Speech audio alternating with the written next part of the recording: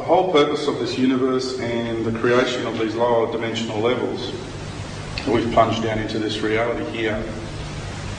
And what we say about the grand plan of creation was Lucifer holds the white light of knowledge, and so therefore he's got the knowledge on how to build, how to manifest things into physical being, into reality with that physical knowledge. Like you have a suburb, and then you have people that come in and they build the infrastructure, they build the roads and the houses and the sewerage and what have you, and then the people move in and occupy that reality, that realm.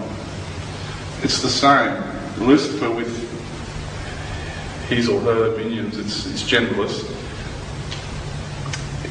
came down into these lower frequencies, and with the help of what's called the seraphic angels, seraphic angels, which are the serpentine energy of angels, started manifesting life.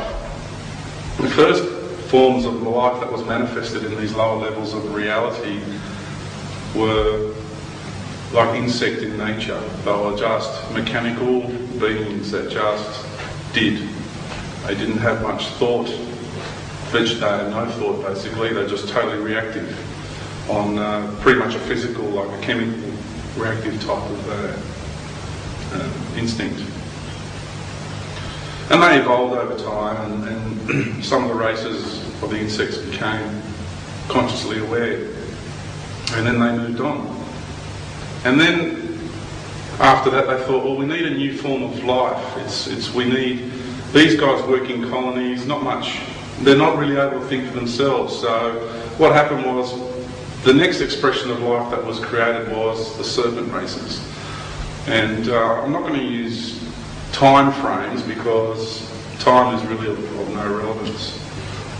I can't give you exact years, it's just not, you don't have numbers big enough. Trillions of years ago. Okay, it was the insects. Billions of years ago was the serpents. That's where I live.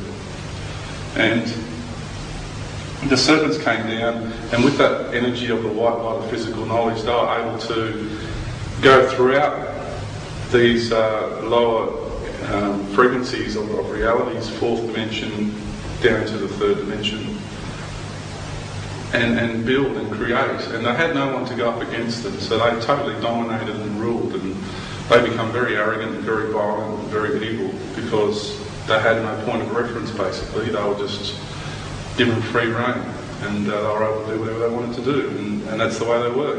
And they know exactly what I'm saying because they're here with me today. And there is, they know this needs to be said. And they were really quite, brutal. And it took a while before God said, right, now I wish to have in this lower void, and that's why it's known as the void, we bring in the energy now of the white light, another set of beings.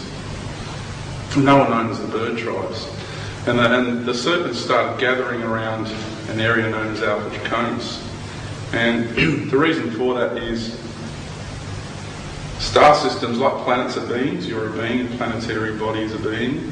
Star systems are beings too. Okay, a galaxy is a being. We're all, it's different beings and broken down into different aspects. And so the being that played the role of Alpha Draconis started attracting life, like you as a being attracts certain cultures of bacteria, certain cultures of viruses upon your own body, and they are all life forms, and you are a multicultural universe unto yourself. So it's just a fractal of the greater. So what I'm explaining is nothing crazy or, it's just an understanding of a high level of understanding there. And so they started gathering because the energies were right in Alpha Draconis for all these beings together. And then once the bird tribes came in, they started gathering around a place called Lyra, which is specifically around the vegan. That's where the Federation started a long time ago with its headquarters there. And after they sort of had differences for a very, very long time, down the track, two other beings came into formation. and they were, and I know the names of these beings, they were two star systems, and one of the beings is called Osiris. Osiris is the entire Orion star league. That's who that is.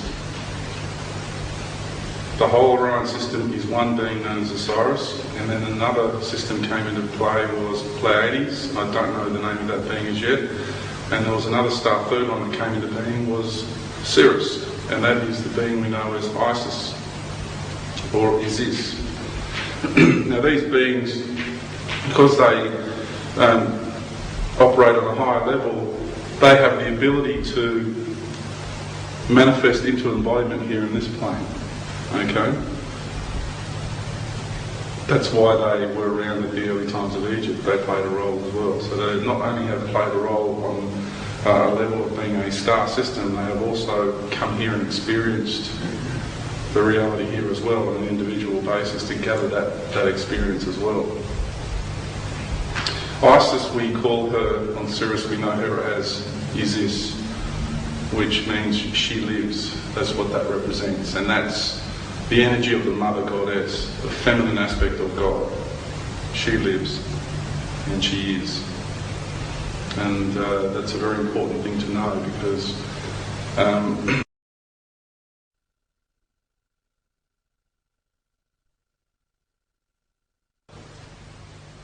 what these serpent races were really all about is their favourite pastime was to genetically create other forms of life, and they did it so they could use these other forms that they would create for their purposes.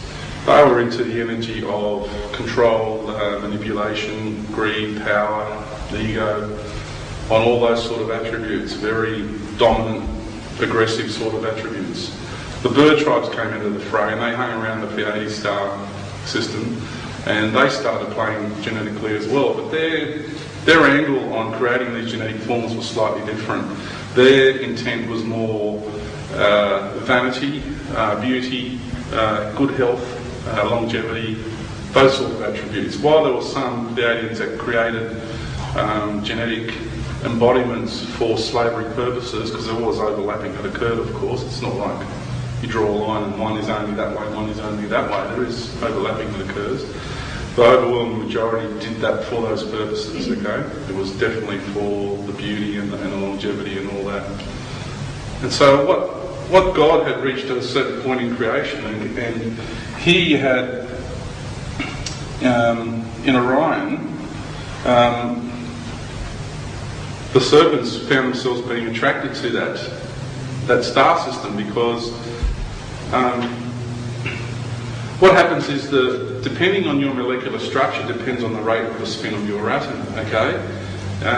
The energies involved in that star system were just right for the serpent races to create their ultimate genetic embodiment.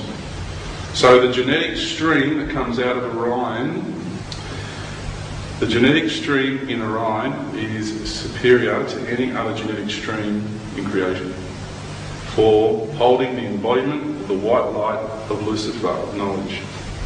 That is the ultimate embodiment for holding that charge of light. Okay? For the bird tribes, they went to the Pleiades. And in there, they found the energies were perfect for creating the physical embodiment which best held and maintained and expressed the charge of the white light of conditional love. There was perfect energies there for creating that embodiment. Okay? And then whilst that was going on, a third nation was coming into the fray, and that was Sirius.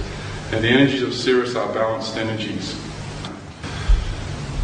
Isis, and the energies of Sirius is pretty much the Christ centre of, it's got a lot of the energy of the Christ in there, but it also holds the energy of the Mother Goddess.